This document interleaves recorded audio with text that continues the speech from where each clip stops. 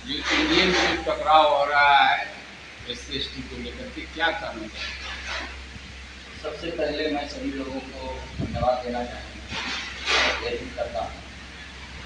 ये जो supreme court के जो आदेश आया है कि कोटा में कोटा शेड्यूल कास्ट को दिया जाए जो व्यक्ति पिछड़ गए हैं, तो यह बात समझने का चीज़ है। ये स्वाभाविक चीज़ है कि जो पिछड़ जाते हैं और कुछ लोग आगे निकल जाते हैं तो ये तो लौटता है, पटल पर लौटता है, तो ये स्वाभाविक चीज़ है, वहाँ ट्रीटमेंट तो होना ही चाहिए। लेकिन जो एक माहौल इस देश में वातावरण जो बनाया जा रहा है, ये तरीका गलत है। ये तरीका गलत क्या है, आप बिहार के लोकेट करेंगे, आप देखेंगे तो आदरणीय जीतन राम मांझी साहब को देखेंगे, उधर आदरणीय चिराग पासवान जी को देखेंगे।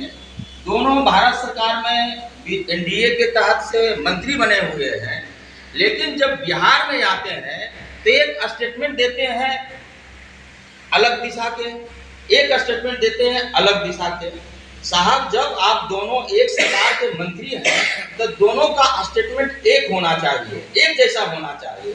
लेकिन यहाँ एक जैसा नहीं है।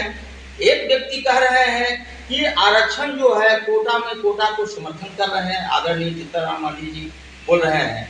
इधर आदरणीय चिराग पासवान जी जो कह रहे हैं कि हम ये नहीं होने देंगे।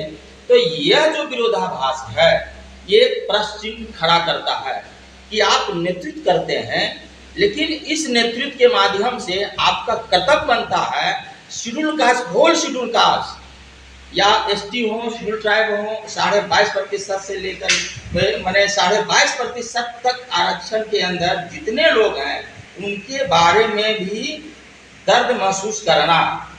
तो ये बिहार में एक सत्य बात है, और ऑल ओवर भारत में देखा जाए, इंडिया में देखा जाए कि एक आरक्षण मिला, एक पक्ष तो आगे निकले, एक पक्ष पिछड़े, ये सच्चाई है।